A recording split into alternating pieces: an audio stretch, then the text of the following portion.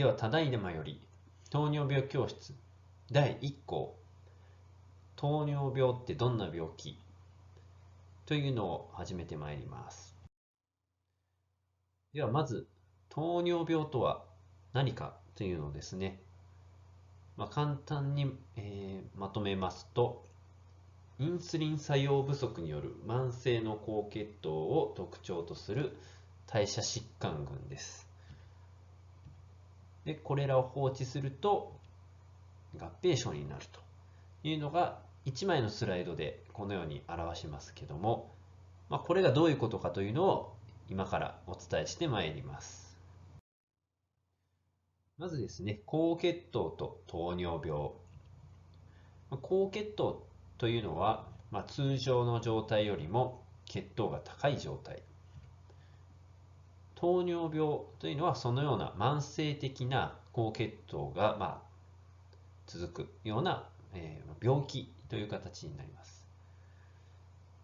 で、血糖値が慢性的になぜ高くなるのかということが重要になってきますけども、それに関しましては、このインスリンというキーワードが非常に重要になってまいります。じゃあ、インスリンとは？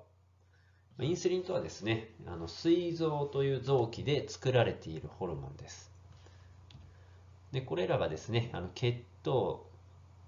液の中の糖ですね、血糖を細胞の中へ、導く役割を担っております。このように、なっておりますね。ですので、お食事を召し上がると血糖値が上がる。そうしますと、大量のインスリンが血液中に分泌されます。そしてそれによってブドウ糖が全身の細胞へ入っていくと。そうすると余分なブドウ糖はですね、肝臓や脂肪組織に入っていくことによって血糖値は下がるというような流れになります。世の中にはですね、血糖調節に関係するホルモンというのがいくつかあります。で、血糖値をですね、上げる方向のホルモンというのはこのようにたくさんあるんですけども、実はですね、下げる方のホルモン、こちらはですね、実はインスリンというこのホルモン一択になります。ではですね、これを踏まえて慢性高血糖はなぜ起こるかということになるんですけども、一つはですね、その血糖を下げるホルモンであるインスリンの分泌が少ないよと。膵臓のインスリン分泌力が減って、トータルのですね、量自体が減るっていうのが一つ。もう一つは、インスリンがある程度出ていても、インスリン自体がですね、効きが悪いと当然血糖は下がってきませんので、これをインスリン抵抗性と呼びます。なので、血糖値を下げるインスリンが結果として十分に作用しないというのが慢性高血糖の理由になってきますけども、糖尿病の初期はですね、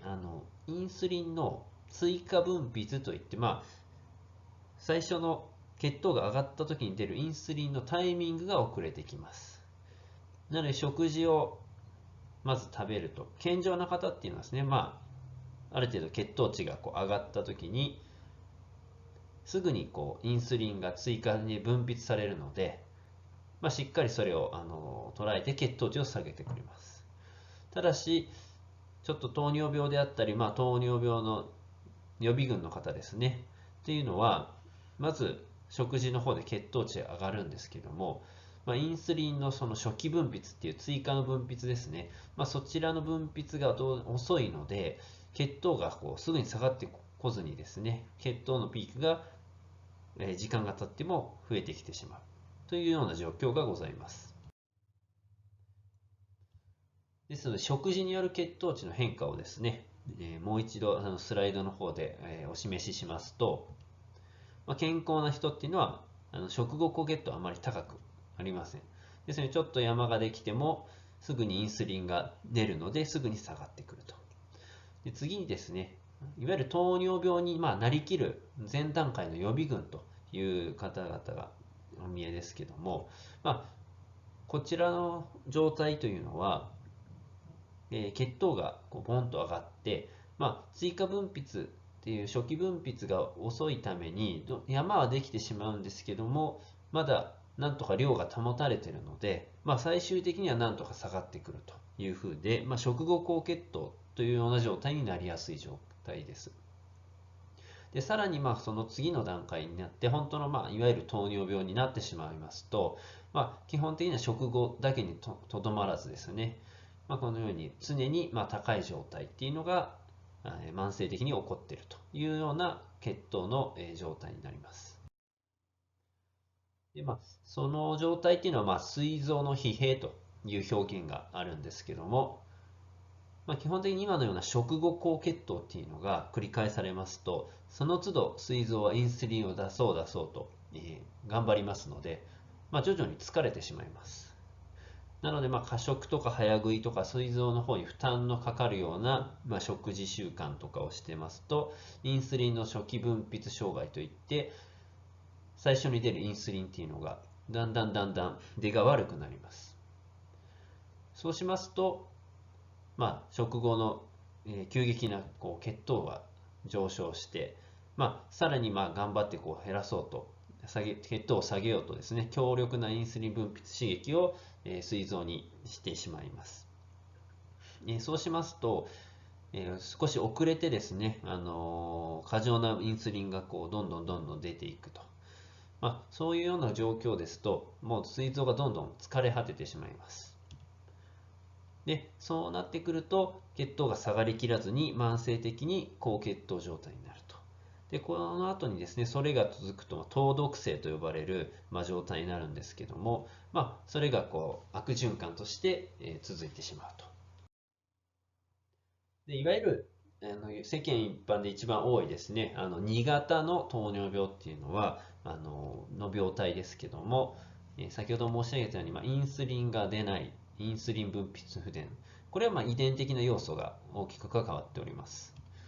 で、こちらのインスリン抵抗性も同じく遺伝的な要因も強いんですけども、やはり環境因子ですね、食事とか運動とか、その他の要素が関わってきて、それぞれの要素がですね、合わさって、結果としてインスリン作用不足と、インスリンが結果として十分効いてないような状況ができてしまいます。それが高血糖になるよというのが2型糖尿病の病態ですね。で、これがやはり続くと、ブドウ糖糖毒性という状態で、こちら悪循環が続くのが2型糖尿病です。じゃあ先ほどから出てます糖毒性って何という話なんですけども、糖毒性、高血糖が高血糖を生み出す悪循環というような表現になります。なので高血糖があると。そうするとですね、これ自体がインスリン抵抗性といって、インスリン自体が効きにくい状態を作ってしまいます。そうするとですね、インスリンを出そうと頑張ってた膵臓は疲れてくるので、結果としてインスリン分泌量の低下にもつながってしまいます。そうすると結果としてインスリンはトータルとして作用不足という状況なので、さらに血糖が高くなってしまうと。なので、また高血糖がさらに高くなりまして、で、さらに高くなるとまた効かなくなると。効かないとさらに分泌が少なくなると。これによって糖尿病っていうのは悪くなるんですけども、このような負のサイクルを糖毒性ですというふうに呼んでます。で、今日はですね、基本的にはこの糖尿病の病態というところにフォーカスしてお話をしましたけども、糖尿病のですね、簡単な症状ですね、よく言われますのは口の渇きやですね、痰、喉が渇いておしっこがたくさん出て、もしくはですね、空腹感が強かったりとかですね、ちょっとなんとなくだるいよ、疲れやすいよというような症状が、あります。ただ糖尿病っていうのは基本的には症状がほとんどない病気でして、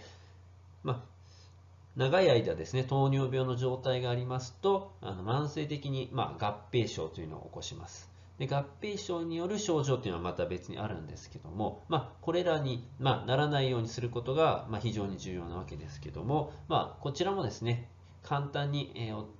お示ししますと、よくあるのは細小血管障害といって、細い血管ですね、が、まずは糖尿病によって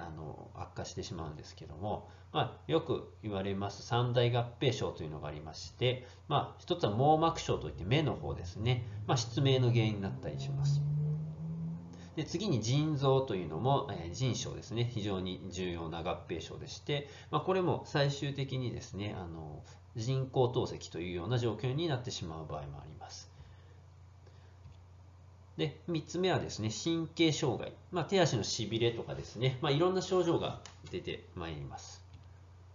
で、もう一つは大きな血管の大血管障害っていうのも、糖尿病から、起因することがあります。有名なのはですね、脳梗塞であったりとか、心筋梗塞とか、命に関わるようなものも、いろいろとございます。ですね、糖尿病の特徴というのはですね、インスリンというホルモンの、作用不足っていうのが一つ。それによってですね、結果、血液中のブドウ糖、血糖が増えてしまって、血糖値が高くなると。で、その慢性的な高血糖ですね、が続くことによって合併症を引き起こすという形になります。本日はここまでで終了となります。ご清聴ありがとうございました。